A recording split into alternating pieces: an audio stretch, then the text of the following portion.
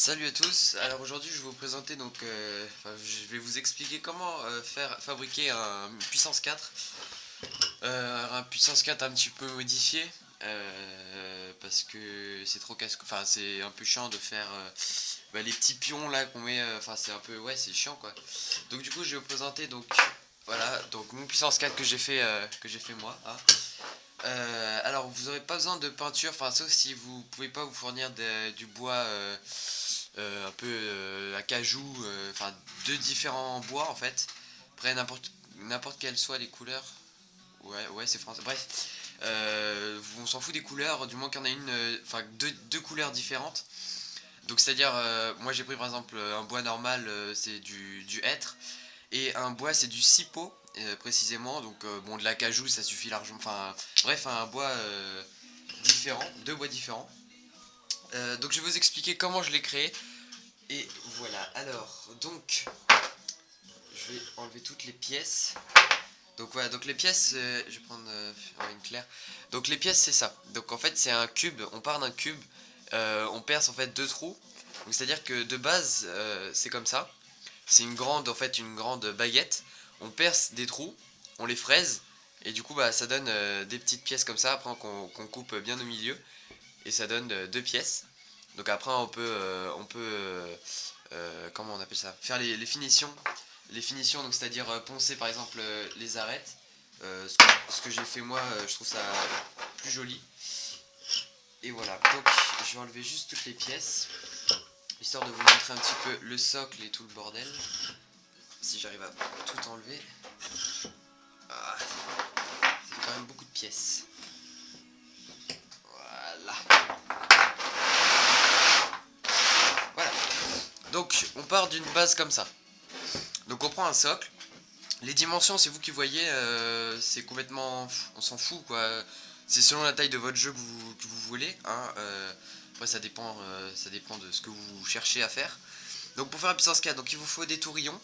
Donc vous percez dans un socle le nombre de tourillons que vous voulez, donc selon le nombre de pièces que vous voulez, donc la grandeur de votre jeu. Donc vous percez des trous plus petits que votre tourillon. Vous poncez légèrement le bout du tourillon, vous mettez de la colle, vous enfoncez, enfin bref, vous savez comment faire ça. Donc après, en laissant bien correctement assez de place, histoire que vous puissiez laisser passer une pièce sans qu'elle puisse sortir. Donc par exemple là, si je force, qu'elle puisse sortir, voilà, comme ça. Donc ça c'est pas bon, parce qu'il faut qu'elle puisse coulisser et qu'elle bouge plus. Moi ce que je peux vous conseiller, que je regrette un petit peu, c'est, enfin bon, ça choque pas, mais que ces pièces là elles sont un peu la même couleur que le socle, parce que les deux sont du hêtre. Et du hêtre, le problème c'est que bah c'est exactement la même couleur, et c'est un peu chiant à ce niveau. Enfin c'est exactement la même couleur, donc c'est un peu chiant. Mais après c'est à vous de voir si vous voulez pas prendre exactement la même couleur, c'est à vous de voir. Donc voilà. Donc moi j'ai utilisé 42 jetons. Donc c'est-à-dire, si mes calculs sont bons, 21 de chaque couleur. Et ouais, je suis un peu fort en maths. Donc 42 pièces. Donc 42 pièces, ça vous fait, bah après selon la taille, la dimension que vous voulez faire. Alors je vais pas calculer si moi je les ai fait en 30. Mais enfin vous prenez, je dirais... Non en fait je sais pas. Mais vous prenez des baguettes donc de deux couleurs différentes. Je vous conseille donc de prendre un socle de différentes couleurs que vos pièces. Donc pas de le prendre pareil que les blancs ou pareil que les noirs, parce que c'est un peu galère, enfin je trouve ça un peu bizarre.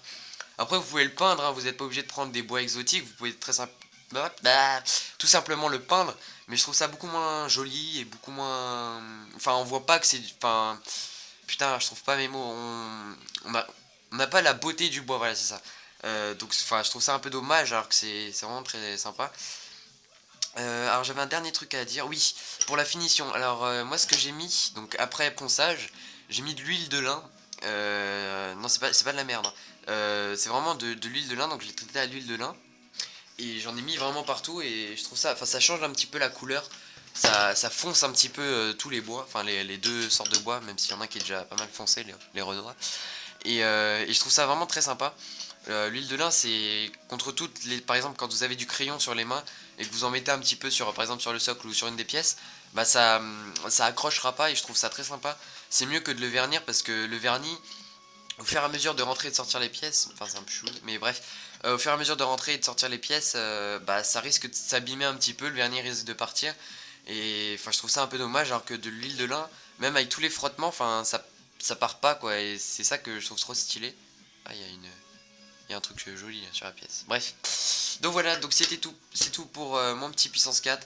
Donc si vous voulez le reproduire, allez-y, hein. Si vous avez besoin de conseils ou de conseils, demandez-moi, moi je peux peut-être vous aider, c'est pas sûr, mais je peux peut-être. Donc voilà, donc si vous avez des questions, n'hésitez pas à me demander ça en commentaire. Et puis voilà, bon bah à plus. Bon bah je vous propose de faire une petite partie, hein. Moi je prends les noirs.